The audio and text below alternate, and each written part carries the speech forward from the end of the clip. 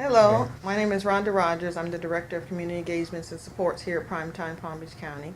Primetime is a nonprofit organization that works to support the children and youth in out-of-school time programs. We also support the practitioners at that level as well. Today I want to talk to you a little bit about our advocacy committee, and I have with me Olivia Rogers here. Olivia is the chair of our advocacy committee. Our advocacy committee is a very diverse group. We have membership from organizations such as after-school programs, community-based programs, faith-based programs, as well as several members from the school district of Palm Beach County. And I think that pretty much covers our membership. Prime Time and the Advocacy Committee are prime advocates for after school for both children and youth in the community of Palm Beach County.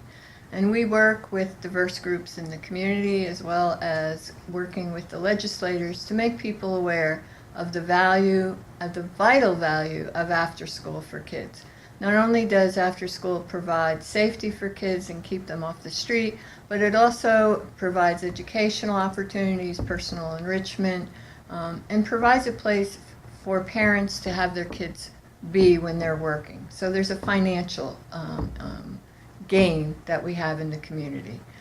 The Advocacy Committee wants people to get this message and has been working all the past 2 years, right? Since about 2011. Right. With Primetime to get this message out. One of the major ways that Primetime advocates and the Advocacy Committee advocates for after school is through its annual after school, Lights On After School event, which will be in October this year. This is a national event and we celebrate it locally with different activities, which again this year will be publicized later on, right? Mm-hmm. Okay. And then Primetime also has, we have a advocacy newsletter that we have available through electronic e-blast. We call it The Advocate. Right. And we alert people, our constituents, about any issues about after school they need to be involved with. So we're delighted that we have 3 legislators who are going to talk about their commitment and their interest in after school. And those representatives are Lori Berman, Mark Padford, and Bobby Powell, who serve in the Florida House of Representatives. So we thank you very much. Mm-hmm. Thank you. We asked our legislators some pointed questions to get their viewpoint on not only the value after school program, but in particular some issues. And one of the questions we asked them was, what is the importance of after school during the hours of 2 to 6? What we know from our experience in the advocacy and with Primetime and after school is that those are the hours of high crime and where kids get in trouble. Not only do they get in trouble, but things happen to them.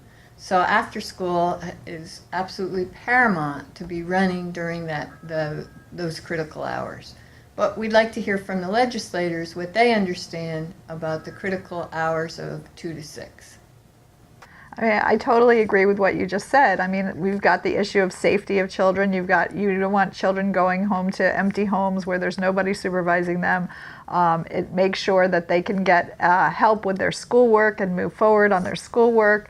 And it puts the parents in a position where they're not worried, they're not wondering while they're sitting at work what's going on with their children. Instead, they know they're in a safe environment where they're hopefully learning also at the same time. Well, between the hours of 2 and 6 p.m., that's a critical time for kids to continue to develop their social and their learning skills outside of the traditional classroom.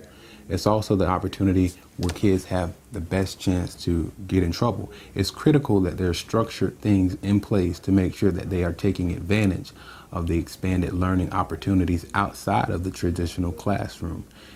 The after-school programming is extremely important between 2 and 6 p.m. For a number of reasons, whether it's just child safety, the parent has some place to allow their child to be. It's in an educational environment, but a secure environment, but it also allows the parent an ability to concentrate on work, which is always good for productivity and keeping one's job, to know your child is safe, but the added benefit obviously is an investment in the child's future. The child's going to be able to really use a lot of skills and learning and socializing to make a positive impact on their own future. And we also asked them a little bit about the typical school day. Currently in Palm Beach County, I think we have several programs that have extended their typical learning day. And we also have a model here at Primetime that we call expanded learning opportunities that takes place during the after-school setting. So we wanted the legislators' viewpoint on whether they felt like expanding the typical day is important, or do they feel like expanded learning during the after-school hours is critical. From our viewpoint, we think that the children should be served during the after-school hours because it's very critical that they get additional learning from additional outside sources. We wanted to know how the staff felt about that as well as the children. So from our viewpoint, we definitely advocate toward expanding the current after-school setting. Yeah, one of the things we know about expanded learning is the kids are exposed to different role models, different activities than would be necessarily involved with extended learning. So let's see what the scope is that they're able to see and what it provides to the kids. Right.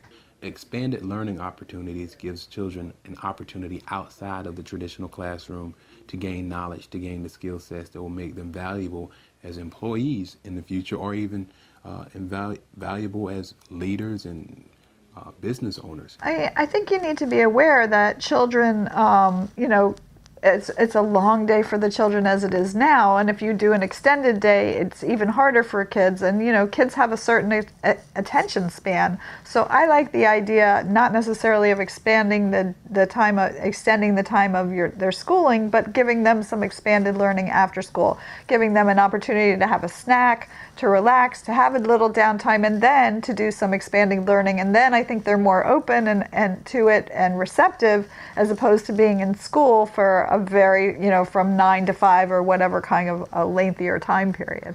Extended learning outside the normal day is just one of the most wise type of things you can do. It could be a one-on-one with a teacher or somebody who's prepared to offer them information and make their studies actually more productive in school. Another question we asked the legislators, and it's a very current issue, is what about STEAM and STEM in after school? STEAM being the science, technology, engineering, math, and STEAM being adding the arts, and the arts are critical. So what about funding for this? I mean, what does this provide for the kids?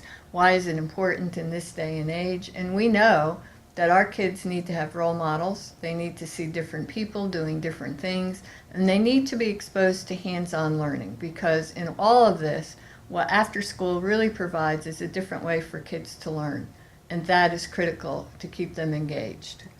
Absolutely. I think any after-school learning programs are really important, especially in the STEAM area, in the science, technology, engineering, arts, and mathematics.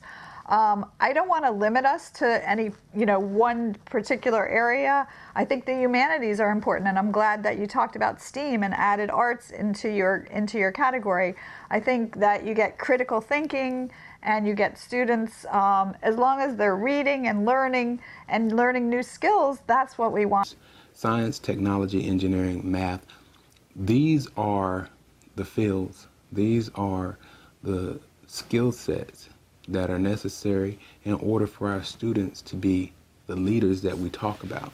Added funding for STEM and STEAM it's like good nutrition. You have to add every element you can into a child's life when it comes to learning and to education. You are adding a variety that they may not be getting in normal school hours. And lastly, we asked the legislators how they themselves can get involved, how they can work directly with the programs in their district and give back to the community. And so we like to hear what our legislators thought of these questions and how they would help us move our advocacy agenda forward. There's a number of ways that the state legislators can support our after-school programs in their district. One, and one of the most important, is by being visible.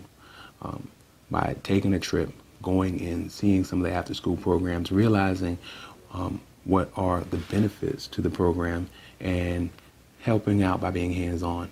I'm hoping some of that money will start to go in and fund some of the after-school programs, because we want our children to succeed. And if if we fail in that area, it does have long-term serious ramifications for all of society. So I'm happy to support these programs. Legislators have a big responsibility. If they're doing their job, then they should understand, they should have their fingers on the pulse of what parents need and what students need. The more people we can find that are invested in giving back and being part of society and doing something they love, that's where this comes from. A nutritious education can really spark that interest, and that's what a legislator can do. Understand that and then fund it. There's nothing wrong with funding an infrastructure that funds basically people's lives. Is there anything that you guys would like to add in closing? We know the value of after school. We want other people to value it as we do, so that they understand that if we don't have after school for kids, little kids, as well as middle school kids, as well as high school kids, we are robbing ourselves and the community and our families of opportunities for these kids to be more than who they are. And we are in dire straits if we don't get more funding, if people don't acknowledge the importance of these kind of programs and don't support us. So we thank you. That's why she is the chair of our advocacy committee, and we thank you.